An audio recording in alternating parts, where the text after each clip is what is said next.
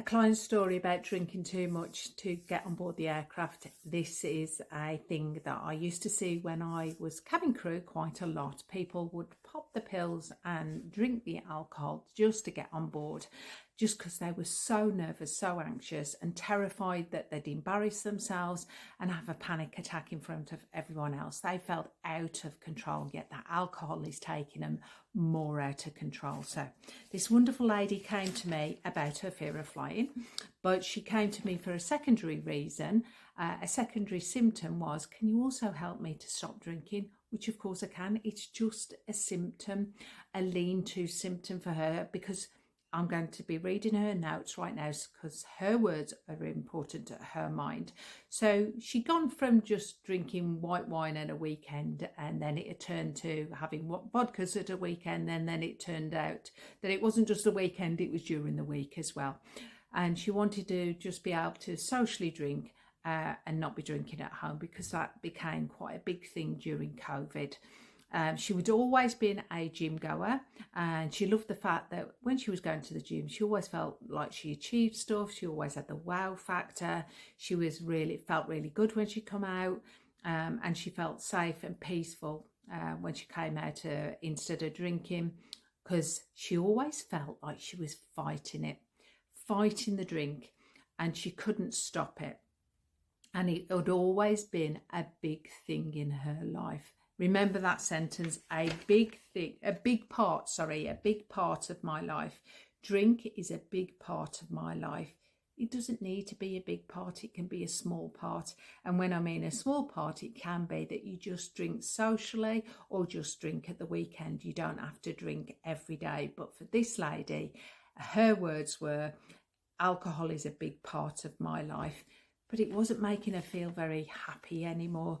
So she came up with the different scenarios that we went back to, where her dad was a landlord with a mum when they were growing up, and then she went on to marry somebody who got a problem with alcohol.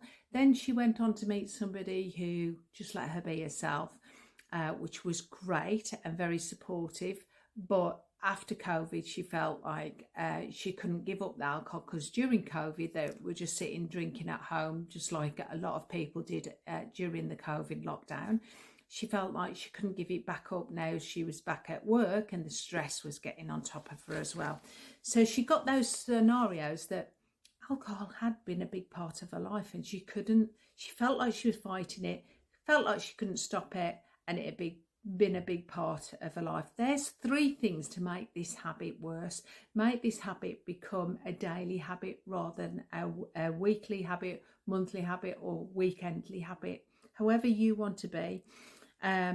So for her, she also said the colour purple was very significant to her, because whenever this one particular person during her childhood would drink, he would become violent, not to her, but to other people in her family. And she just recalled closing her eyes at one time and the colour purple coming into her mind. Now, the colour purple is the colour of the mind. And for her, it took her away. Her exact words were, the colour purple drew her away from what was going on around her. It made her feel more in control instead of out of control. It also made her feel safe and peaceful. Her words, remember, because she always felt like she was fighting this alcohol. She always felt like she couldn't stop it. So if they come up with a visual metaphor that helps them stop something that they no longer want to continue, then I use it in the session, because those words are powerful to their mind. It's a visual metaphor that's powerful to them. My opinion doesn't matter. I just want the best result for the person who's sitting in front of me. So she always felt like there was arguments around alcohol as well. And she just it tormented her, made her feel hate, made her feel angry, made her feel annoyed and scared. And it was just tormented her as well. So that anger, she described the anger as being a black spiky roughness. So that black spiky roughness, I asked her where she felt it somatically in her body, and she said in her chest. So because she'd already mentioned the purple, I brought purple back into the scenario. I said, how can that purple help you?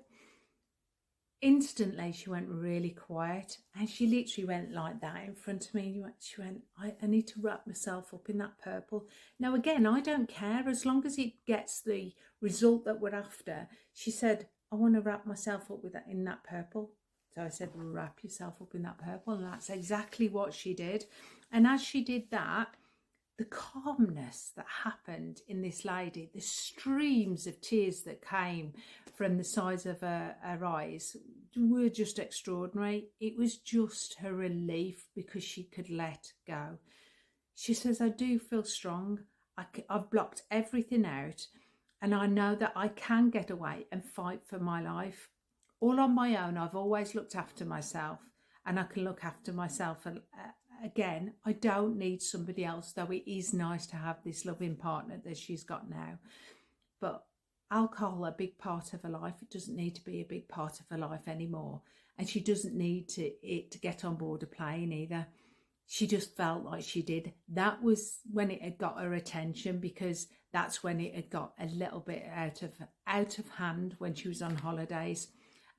Again, lockdown in her mind was a holiday, so that's why it had increased as well.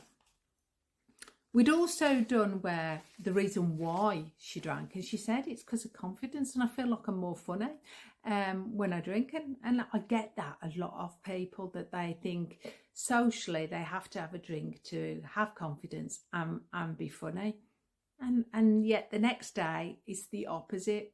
It starts to become a habit. It starts to make them feel really sleepy and tired. And if they've got any kind of hidden illnesses, that increases the symptoms of the hidden illnesses as well. And she also says, I'm losing my focus at work. So her words, I just need to take a step outside. So take a step outside, whatever that meant in her mind. She sat there for about 10 minutes, I think, just processing what that meant for her. And as long as it works, who cares again? So she felt the words that she said straight after coming out, that processing of 10 minutes, were, I feel accomplished. I know I have the willpower. I know I'm strong enough. I know I have the coping skills to overcome anything with what I've been throughout my life. I can get over this. This is what I want to be, fit and healthy. I'm a fighter. So when she thought that she was losing the fight, appropriate, pun intended, and when she felt like she was losing the fight, she also ended the session on telling me that she was a fighter. She did have the willpower, and she could do it. So now alcohol, we've reversed it. We've flicked that switch off where it's a big part of her life, and we flicked on the switch, it's a small part of her life. So she can overcome whatever she wants when it comes to alcohol. She doesn't have to drink on the week up to the flight. She doesn't have to drink excessively when she's on holiday. And she certainly doesn't need to binge drink to get on the flight back home. This is all changed now because she understands that she is a fighter, and alcohol used to be a big part of her life. Now it's a small part of her life. And she's back in control, and she feels safe, she feels comfortable, she feels secure, she feels, what were her words again?